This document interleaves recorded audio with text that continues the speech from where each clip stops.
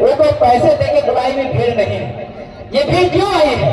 सवाल आप लोग से है कि आप लोग इतना धूप में बिना पैसा का, बिना दारू का, बिना पेट्रोल का तो आप लोग कहीं जाते नहीं, लेकिन ये भीड़ हमारे पास क्यों आई?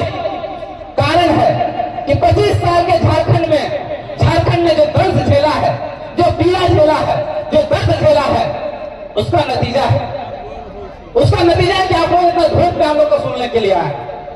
हम लोग आप लोग के जैसा छोटा सा बालक है, आप लोग के बाल बच्चे जैसे हैं, लेकिन हम लोग के पास क्या है? हम लोग के पास ये है कि 25 सालों के झारखंड में जो दर्द हुआ है, जो शोषण हुआ है, जो जुल्म हुआ है, वो हम लोग आईना दिखाने के लिए आए आप लोग। देखिए, आज कुछ दिन पहले हमने एक अखबारों में एक खबर पढ़ी थी कि झारखंड के अलग हुए 25 साल हुए, 25 साल में 11 जेपीएससी के एग्जाम हुए। 11 जेपीएससी के एग्जाम में टोटल 29 परीक्षाएं हुई। 29 परीक्षाओं में 11 जेपीएससी के एग्जाम जो है वो भ्रष्टाचार की भेंट चढ़ गई। जिसके सांसद हुए, जिसके मंत्री हुए, जो जेपीएससी के अध्यक्ष हुए, उसके भाई, उसके बहन ही जाके वहां पर ऑफिसर बने। कितना दुर्भाग्य की बात है। हमारे टैलेंट को, हमारे बाल बच्चों के भविष्य को ये लोग अपने पैरों तले रोन देता है। ये हम नहीं कर रहे हैं। और उसमें लगभग 12,000 ऑफिसर बने। कितना? 12,000 ऑफिसर जो है जांच के घेरे में। ये हम नहीं कह रहे हैं, ये जांच कर रही कमेटी जो सीबीआई की टीम है वो कह रही है। मतलब जिसको हमने सत्ता में बैठाया, जिसको हमने विधायक बनाया, जिसको हमने सांसद बनाया, उन्होंने क्या किया? आपके साथ छल किया, आपके साथ कपट किया। जेपीएससी जैसे एग्जाम में अपने बाल बच्चों को, अपने भाई बहनों को वहां पर बैठा दिया। मैं नाम नहीं बताना चाहूंगा क्योंकि उसका निजी जीवन का हनन नहीं करना चाहता, पर अगर आप आंकड़ों को या आरटीआई के माध्यम से अगर आप जेपीएससी को आरटीआई करते हैं तो आंकड़े खुल के निकल के आ जाएंगे। सोचिए कितना दुर्भाग्य की बात है। आज 2016 में लास्ट सीजन का एग्जाम हुआ। यहाँ ज्यादातर पढ़ने वाले छात्र हैं, पढ़ने वाले बहने हैं, सब जानते होंगे कि 2016 में सीजन का एग्जाम हुआ और 2025 है। ये एग्जाम 7 बार कैंसिल किया गया है, 7 बार रद्द किया गया है। सोचिए, एक पढ़ने वाला युवा पूरा जीवन में मात्र एक एग्जाम दे पाएगा। क्या इसी के लिए झारखंड बनाए थे? नहीं। इसके लिए झारखंड नहीं बनाए थे। झारखंड इसलिए बनाए थे कि हमारे बाल बच्चों को अच्छी शिक्षा, अच्छा रोजगार मिल सके। लेकिन दुर्भाग्य देखिए, अगर बेरोजगारी की बात करें तो पूरे भारत में बिहार के बाद सबसे बेरोजगारी वाला राज्य अगर कोई है तो झारखंड है। हमारे झारखंड में बेरोजगारी दर कितना है पता है आप लोग को? 18%। 18% की आबादी को 3.5 करोड़ युवा को निकाल लीजिए। 35 लाख युवा, मान लेते हैं 35 लाख नहीं, 20 लाख युवा है कि नहीं है? 20 लाख युवा में 18% आप निकाल लीजिए, कितना बेरोजगार हुए? हम नहीं कह रहे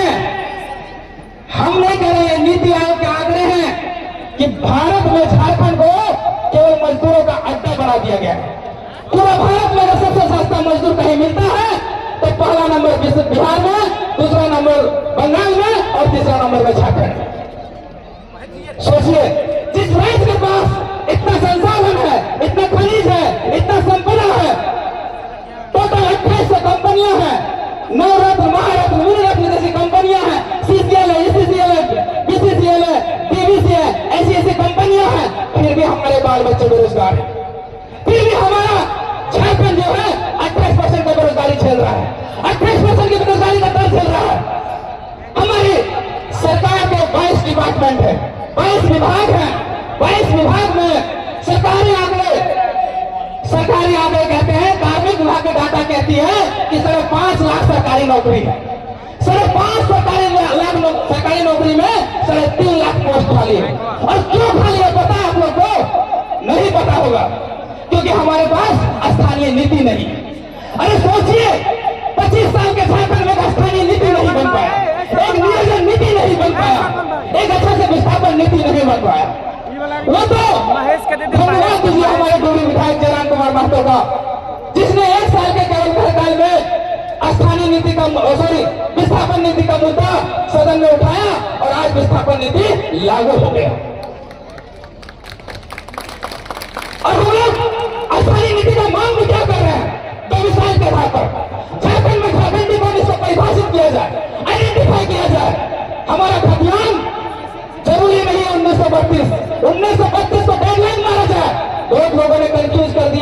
1932 का सर्वे झारखंड के सभी इलाकों में नहीं है।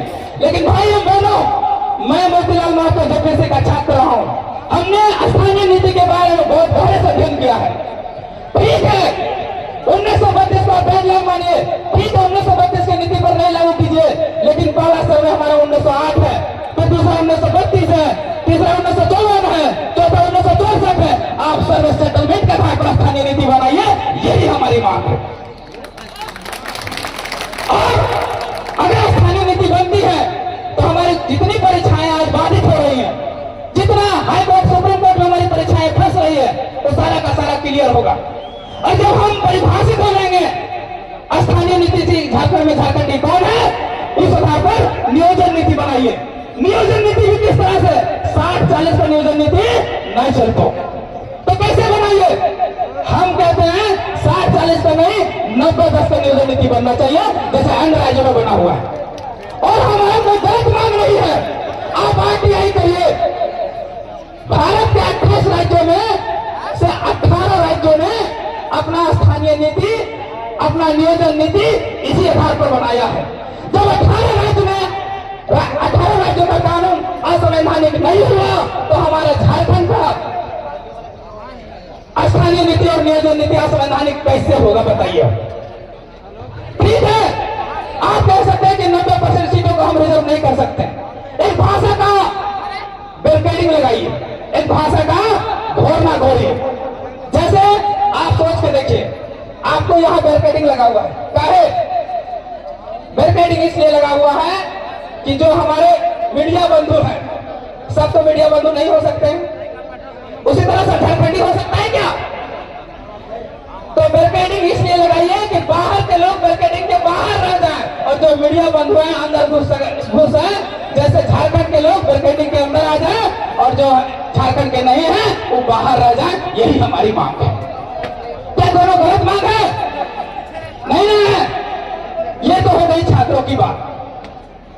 अब हम कहते हैं कि आज देखिए यहाँ पर चतरम में टंडवा है, टंडवा में एनटीपीसी जैसी बड़ी बड़ी कंपनियां हैं।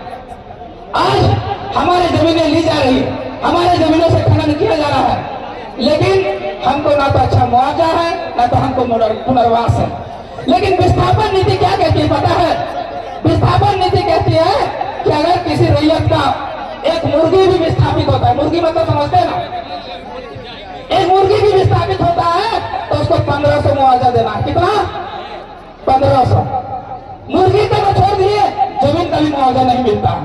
समय का अभाव है और हमारा समय काफी विलंब हो चुकी है, बातें तो बहुत है, बस इतना ही करके अपनी वाणी को विराम देता हूँ। धन्यवाद।